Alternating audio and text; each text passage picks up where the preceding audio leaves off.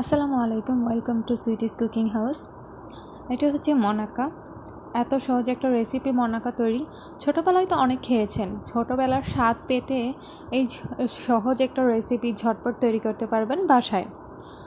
এটা কিন্তু অনেক ক্রাঞ্চি হয়। যদি আমার রেসিপিটা ফলো করে বানান ঠিকঠাক মতো, তাহলে এটা কিন্তু খুবই সুন্দর হবে। তার জন্য আমি 1 কাপ আটা নিয়ে নিয়েছি। এটা কিন্তু ময়দা দিয়েও হয়, আটা দিয়েও হয়। আমি প্রথমে আটা দিয়ে তৈরি করে দেখাবো যে এটা আটা দিয়েও তৈরি করা যায়।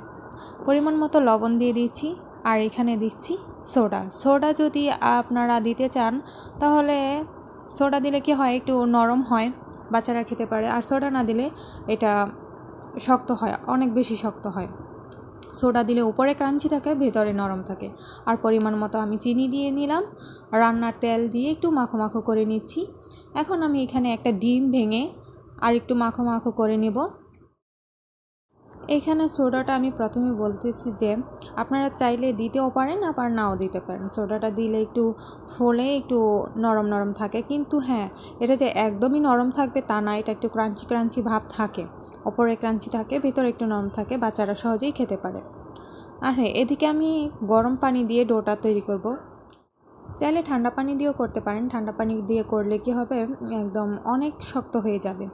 আর হ্যাঁ, এই দেখুন, ডোটা তৈরি করার পর কিন্তু চিনি দানাগুলো রয়ে গেছে। এগুলো মেশানোর জন্য এটাকে আমি আধা ঘন্টা রেস্টে রেখে দেবো।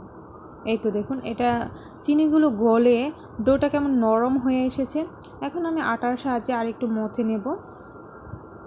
মথে নিয়ে এটাকে আমি 2 ভাগ করে নেব। 2 ভাগ করে এক ভাগ করে আমি একটা রুটি তৈরি করব বেলে।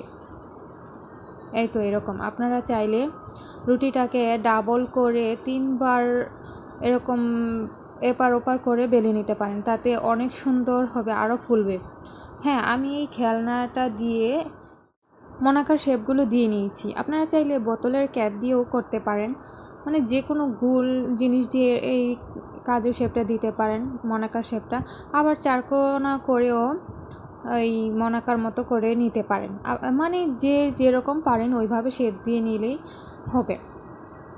তারপর আমি একটা প্যানের মধ্যে তেল দিয়ে নিচ্ছি। এখন আমি এটা একটু বাদামি বাদামি করে ভেজে নেব।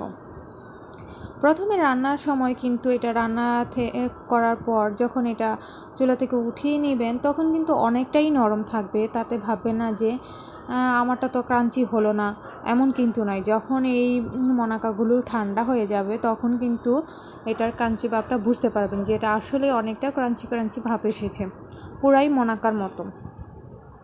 অবশ্যই বাসায় চেষ্টা করে দেখবেন, আগের দিনের কথা মনে পড়ে যাবে একদম। ধন্যবাদ। আশা করি আমার রেসিপিটা আপনাদের কাজে লাগবে।